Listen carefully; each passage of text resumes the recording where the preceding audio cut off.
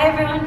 Hi. This is my athlete and competitor, bikini competitor, Jenna Muñoz, and we've been training together for how long? 4 years? So 4 years-ish, maybe longer, I'm not really sure, a long time. We first met at F45 in Chula Vista. You were in such a different place. Tell me kind of what life was like for you then.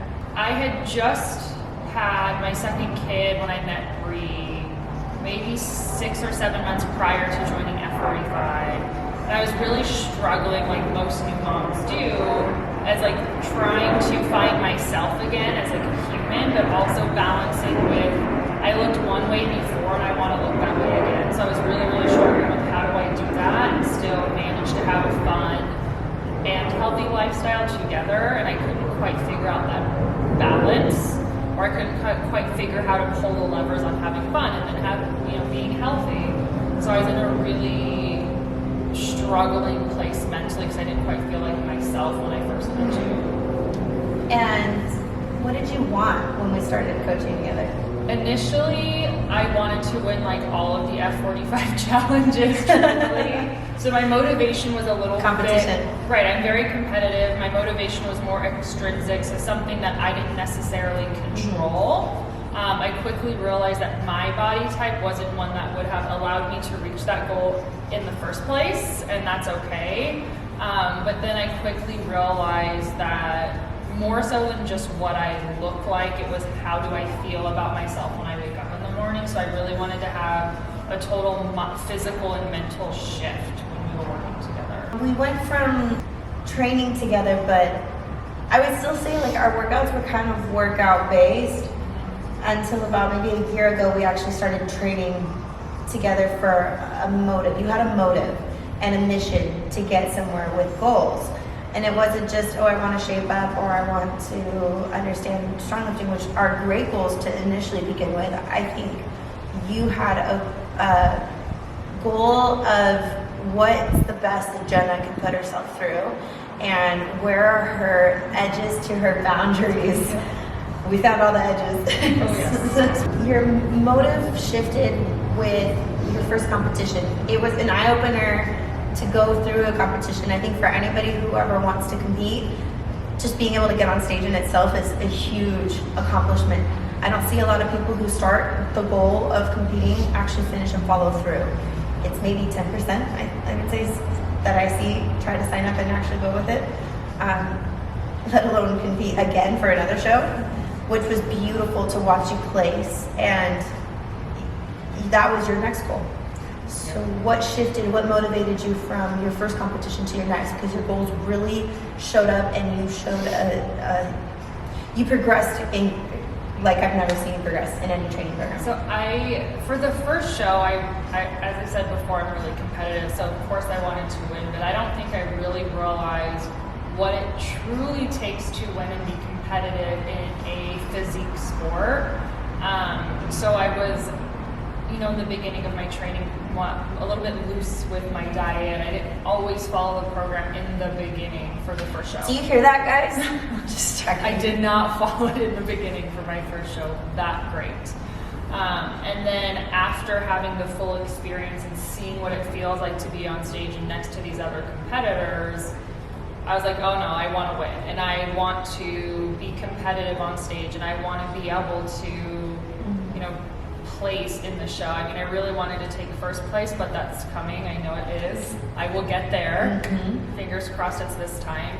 But I really wanted to see how far I could push myself, and the results were just insane.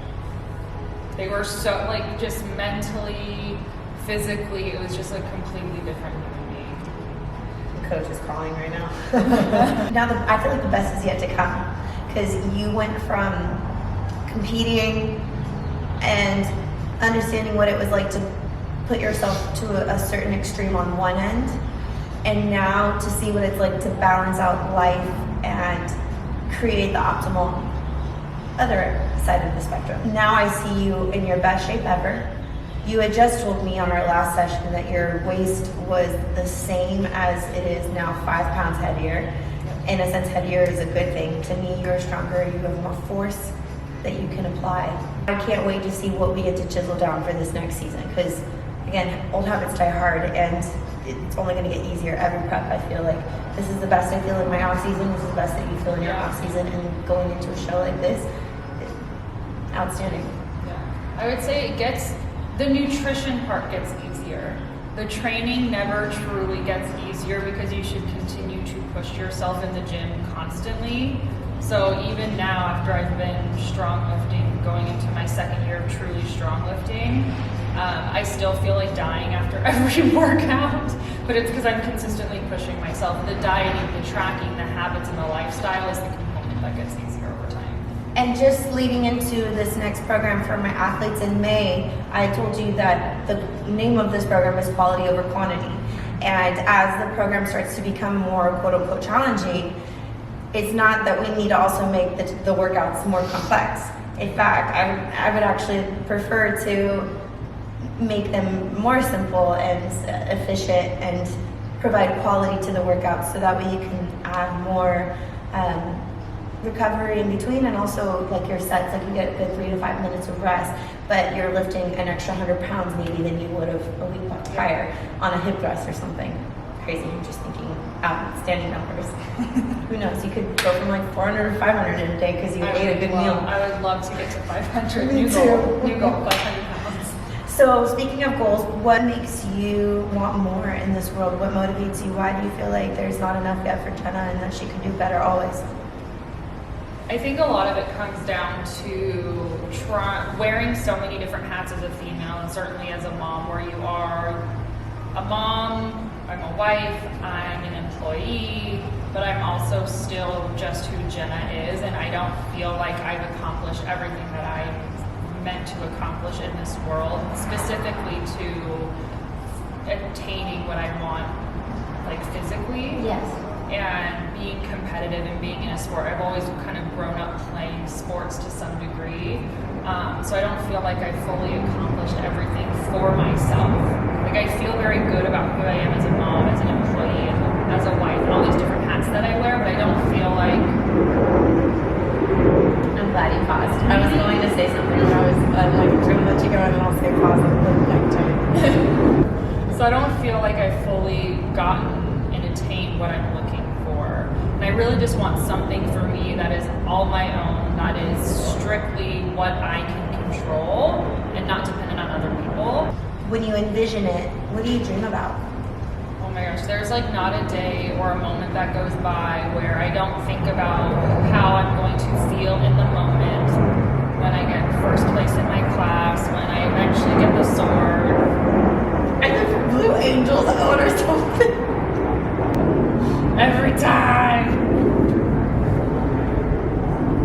What I think about in the moment where I'm going to, achieve these things in the fall is who's sitting in the crowd.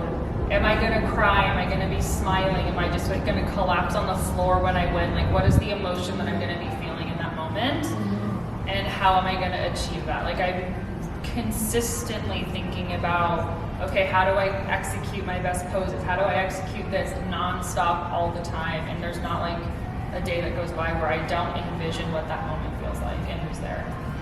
As a competitor, I respectfully see these as your goals because I want the same goals for myself.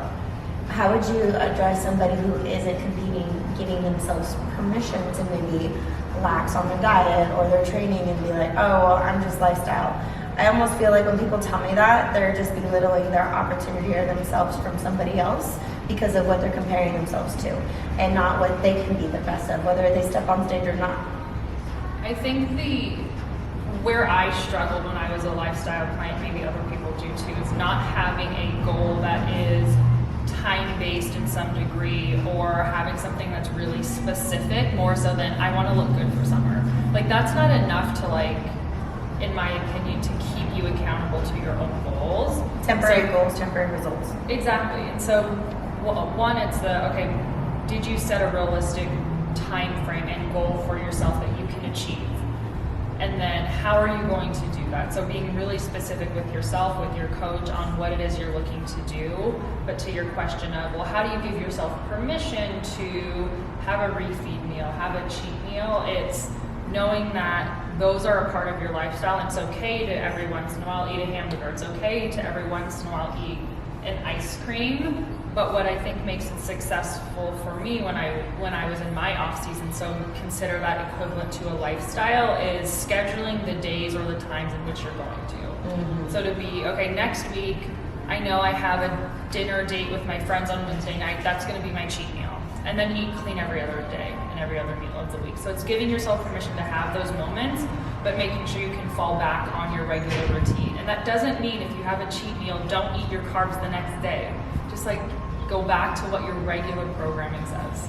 A timeline or some sort of deadline is really important to create a sense of urgency to your goals. And I actually like the idea of the timeline, but I want the goal to be beyond that, because it's not, I want to look great for this day, because then I hate to admit it, but you're only going to look great for that day, and then you're going to feel like, if you go back to your old habits or your old patterns, you will be dissatisfied with what you know your potential is. Versus, I want to feel great all the time. I want to feel strong all the time. And now look at where we are.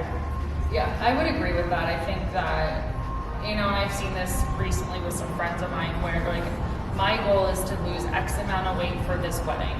And they do it, and then fast forward a year later, and they don't look like that at all. They've completely lost their strength. They've given up on trying their diet. So I think it's being open and honest with yourself about what it is that you're looking to achieve, how you're looking to do those things, giving yourself permission to, go out and have that dinner with friends or go out and have that dinner with your partner, but really being mindful and thoughtful on when you're out eating, what are you consuming and how you're going to incorporate that into your lifestyle is really important. Just because you may be a lifestyle client and not a competitor doesn't mean that you can't set goals for yourself that can keep you looking and feeling the way that you want to all year long. What advice would you give somebody that is maybe struggling with staying consistent? And I'm telling you, if I had a nickel for every person that was like, over the weekends are just hard to track. And I explained, like, I brought my new food skill, obviously it's an exciting new food skill, with my family for Easter. I want to know what advice you would give somebody that is looking to maybe challenge themselves or track a little bit more and plan around a lifestyle, whether it's traveling or family or holidays or just life in general. How do you make it work? So if you are struggling, and I've certainly struggled with consistency, is to find people that can be your accountability partners. Mm-hmm. Something that I do consistently, and you may see other folks do this on social media platforms, is be loud and proud about what your goals are and what you're trying to achieve. Oftentimes, especially in this world that we're in, we don't always get the chance to connect with humans in person. So for me, I put my goals out there on Instagram. I'm showing what I'm doing in the gym. I'm showing how I'm practicing posing, for example, and it's really just for me to build a community of accountability, because I feel like if I say it out loud, it makes it more real. And I don't want to disappoint myself, and I certainly don't want to come across as someone who doesn't belong in this space to the community in which I said, hey, I'm doing this thing. So it makes it feel more real, and it helps to provide, at least for me, like a level of accountability. If that's not something you're comfortable with, sharing your progress online, which a lot of people feel like that's too vulnerable for them to do that on such a broad platform, having maybe 1, 2, 3 friends that you can act as that accountability, I think is key, to say, hey, can you check in on me every so often and make sure I'm sticking to my plan? Yep. I think that's probably the biggest lesson I've learned, is to create that for myself. I even have a group of girls that are training up in North County, and they're all thinking of doing a show in October. And I had mentioned, like, you need to get a group chat started just between all of you and start sharing your meals together, because that's what really motivated me, was seeing other people's meal preps and creative ideas, and just the excitement from others was like a hype up of, oh, if I need to go into some sort of space to get myself excited, that was the space. Yeah, I would agree with that. And that's why you get a coach to call you to hype you up, to be that space for you. 100%. And Bree's a great hype coach. Thank you. My last question is, you're a mom, You have a great career. You bust your butt as a competitor. How do you prioritize it all? Oh, this is a good question. I personally do not believe in the concept of balance. I don't think that balance truly exists because there's going to be times in your life where your family life requires more of you, your friends require more of you than, let's say, your work, or if you're competing, your competition life, your physical fitness life. There's going to be times where each one of those components of your life that's important to you require more out of you, and it's physically and mentally impossible to give 100% of yourself to each one of those facets. So it's giving yourself the permission and working within your support community, whether that be your friends, your family, your coach, to say, here's what's going on in my life, and being able to, let's say you're in a prep for a competition, you're going to want to put a lot more effort towards that than other areas of your life. So things like social events and your social calendar might need to be sacrificed for a time being, not always. And I think it's just making sure that you yourself are understanding of that, and then your support community is also understanding of that too. Yep. Permission and grace are great categories together, but they should be respected the same. And so should your drive and your push and your ambition, because I do believe, and I heard this, one of my girls, Vaughn, she trains with Des, I love her, she had said, I believe that training is a direct reflection of a person's ambition and integrity of what they want out of this world. And it's so true. If you have a good fight, that shows me that you know how to fight back in this world, and you're strong and capable and willing. And I see it a lot in this girl, and I'm happy to see you motivated and still wanting more for yourself, because I think this is still just the beginning. I can't wait. I can't wait. Oh my gosh, I can't wait. So watch out for her in August, TBD, but we'll be figuring out maybe a next possible show for her. And nationals. I hope so. Yes. Thanks, guys. Thanks.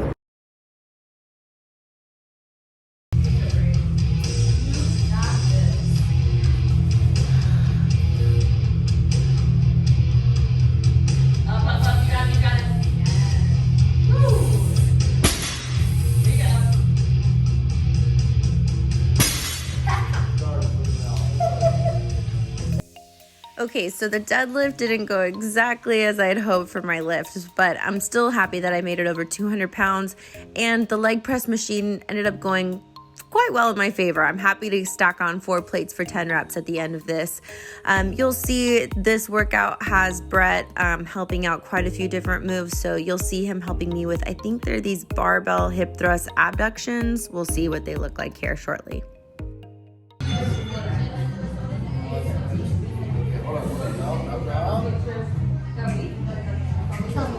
The bottom.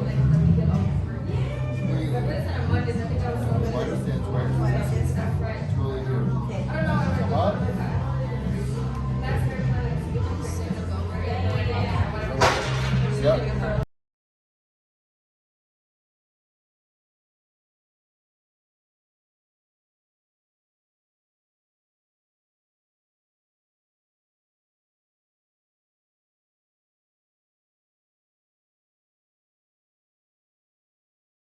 This is the wide one, and you won't have your knees touch. Yeah, right there. Good.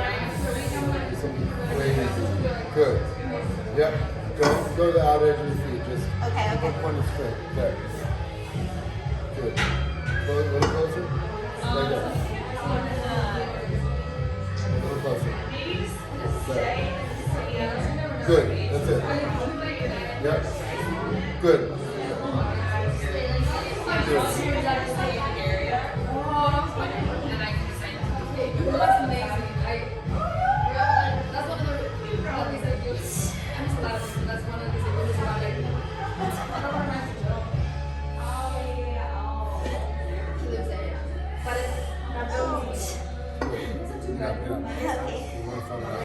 Following hip thrust, I went into a bent knee cable kickback. I worked on both legs, doing 12 reps each side.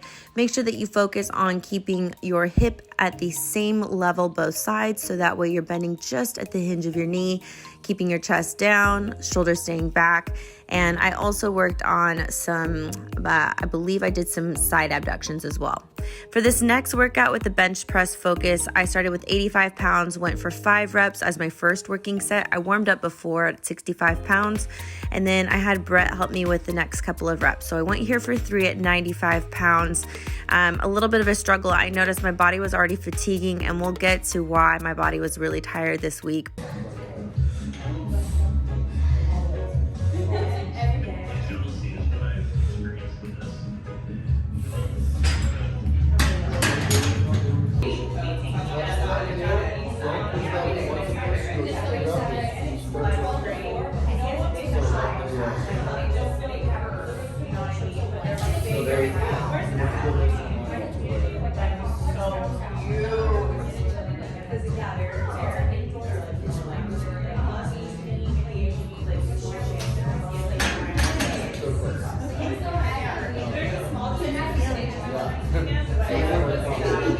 Following bench press, I went ahead and did supinated pull downs in an underhand grip position. That means that your wrists or your palms are open facing towards your chest and shoulders. And if you notice, I'm trying to keep my glutes on the bench with my feet pushed into the floor, knees still pressing out to activate glutes. As I squeeze, I'm going to go for a full retraction and extension of my shoulder blades, and then really pulling down, squeezing at my core.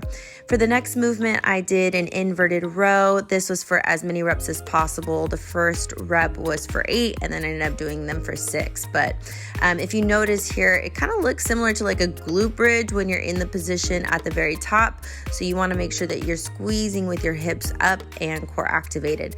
The last move with the cable high pull is going to be with an elbow leading movement. So if you notice, my knees are pulled out. Oh, also Santi says hi.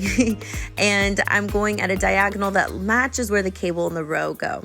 Now for this next workout, I'm going to be honest, the workout's all over the place with filming, so we're going to shorten this one up. But I did a hip thrust focus workout, and we did 315, 365, and then 365 again, followed by the Smith machine squats. Like you see, I apologize for the filming on this, but you see we're going to go through with RDLs to follow up. So make sure your chin stays tucked on this. If you notice, the Smith machine angles you in a certain direction, so you really want to push your feet forward for both the squat and the RDL. And then these are in neutral grip. My body's not used to doing chin-ups in neutral grip, so I could only get 4 here, but really focus on trying to get as many reps as possible. Now, this next workout was completely modified. I'm actually in Hawaii here, and I'm stoked to be celebrating. This is the day of my best friend's wedding, so really wanted to look great for her, and also in a nice Hawaiian dress, so have all shoulders and legs combined. The best option, I'm happy that we had a Smith machine here, but I wanted to switch it up and do some sort of lunge variations. I was happy that I could do chin-ups again. Those are actually one of my favorite movements. And then I'm not a big fan of military press, so I went ahead and did some dumbbell shoulder press. And also a huge thank you to my nutrition coach and friend, Kiana. She really hit the nail on the head with this one and prescribed something very special to my heart. I needed some help just refocusing and resetting, and knowing that not all things can be cured by doing, but being as well. Hi everyone, it is now May 25th. It's probably taken about maybe 3-4 weeks to put this video together, and to be honest, I haven't even touched it the last couple of weeks. I had quite a few things going on in my personal life, and I wanted to start this video out with motivation and giving all of my workouts in a week span, but I think I'm going to redo what a week's worth of workouts look like. They started out great. It was really awesome having Brett here, because usually when your coach is in town, you tend to do a lot better and you hold yourself more accountable. But I had some things happening in LA, some meetings I needed to take care of.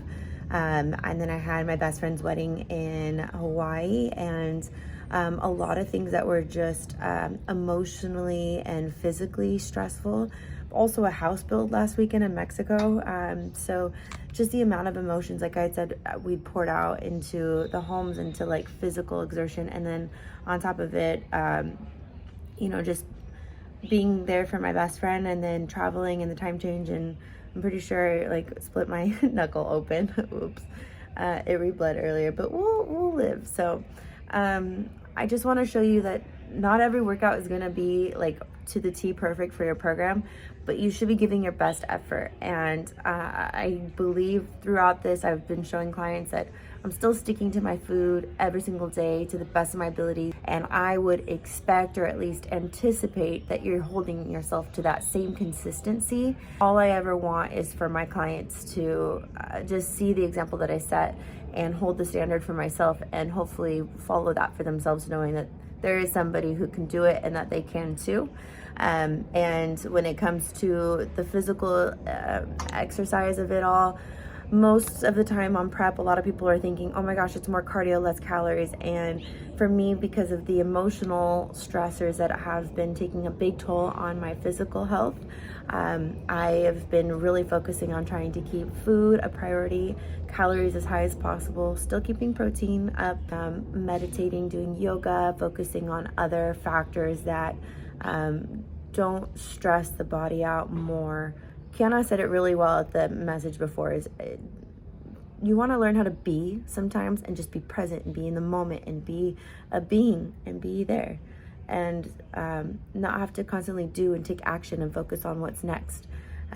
Those who are constantly anticipating the upcoming forget to be still in the moment, and there's so much that you can gain just by being still. So please take time to rest and relax and reset your body if you need it, because that is something that I did not learn well enough on nationals, let alone last year, and could continue to practice time and time again. So it was really big news for me to also tell my clients that I will be done training at the studio I'm at in June, and transitioning to online for the time being until my next step. So as much as I want to continue training clients in person, there are, like I said, a lot of physical barriers that I need to reset and be still about, and take that time to be a better business person, be a better coach, and be a better competitor for my clients and for myself. So hopefully you can see better workouts. I really want to focus on